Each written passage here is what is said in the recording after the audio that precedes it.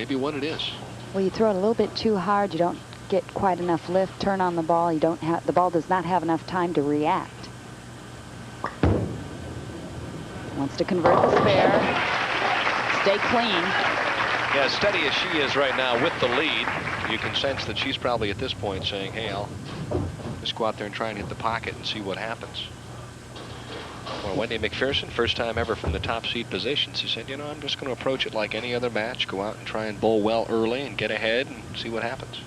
Well, Wendy has not won a match in her last 4 television appearances. The last match she won was against Lorrie in Samstown in 1988.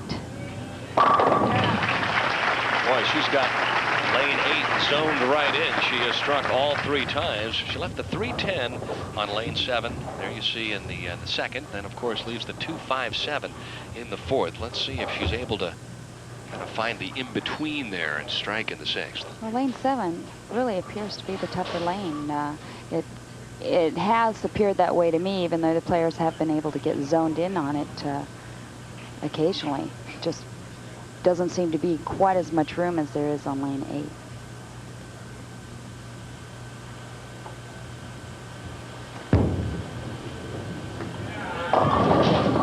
You can see the moment it left her hand that she was not happy with it, maybe gambled a little bit on that shot, and she is obviously upset.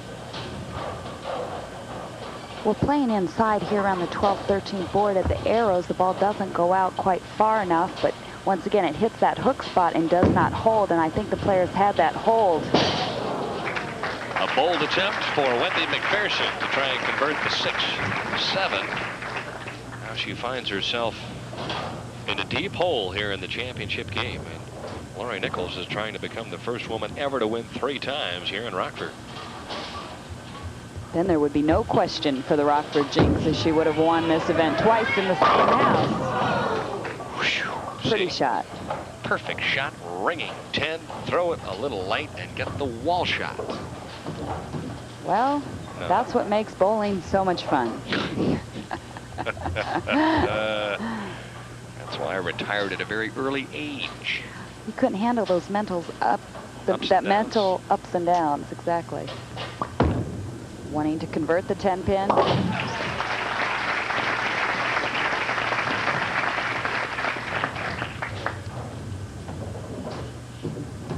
She leads by 32. I wouldn't say she's out of the woods just yet, but I think she's found the path. Lorrie Nichols with a very comfortable lead right now. Actually ranking 20th in earnings so far this year. Very low for Lorrie. She's usually always been up at least in the top 8. Felt like she threw a pretty good shot there as she leaves the 4 pin. She's in a position now. I know she wants to keep striking, but as this one runs the course, spares won't hurt her at all as she leads by 31. It's up to Wendy Macpherson to try and regroup, throw a couple of strikes.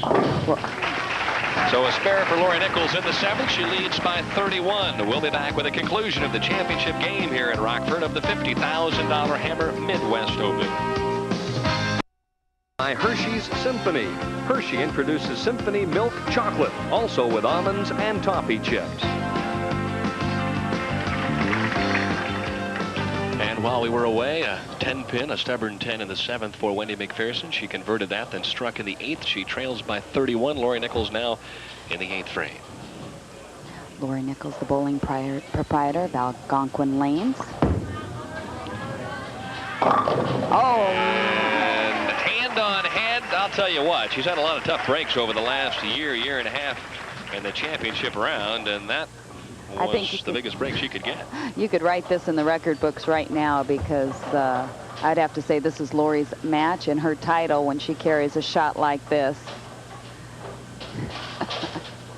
She's going, you're kidding. Oh, no. Well, thank you. Sometimes it just happens that way. Oh, she's down on one knee here. A clutch shot in the ninth. And I think you're right. She's a 3-time champion here in Rockford. A frustrating championship round for Wendy Macpherson, who has basically owned the right-hand lane, but lane 7 has just given her one problem after the next. As a matter of fact, 3 opens on the left-hand lane as you take a look up at the scoreboard. You're right. She could have done without that left-hand lane. Struck almost every time on the right-hand lane. Well, this also magnifies what really, to me, is frustrating about the game of professional bowling and the format of the championship round finals. You can go out and just absolutely bowl as well as anybody in the world and lead after 42 games and have to go to sleep and come back the next day and win it again. And it's never an easy task. There's a nice article in this month's Bowler's Journal written by Dan Herbst on exactly that topic, the format of the television finals, and it gives you some great statistics. I really enjoyed reading it. I'm going to have to check that out. And Lorrie Nichols is going to end up the winner here, and for Wendy Macpherson, an experience that she's not used to. Leila, she has bowled for 3 titles in her career, and she's won all 3 times. Well, this is the first time that she was the top seed, so she walks away with $4,500. So far, the highest finish she's had this year. What's amazing about Wendy Macpherson is the fact that she's only 22 years old. She's been out here 5 years, so a learning experience, something that she won't forget, but frustrating, disappointing. Started at the tender age of 17. I think you start that young, you have to have a parental consent, and I know her dad, Chris, definitely gave her that. So she strikes here a game of 184. It's amazing. It's 50, 60 pins less than what she averaged last night.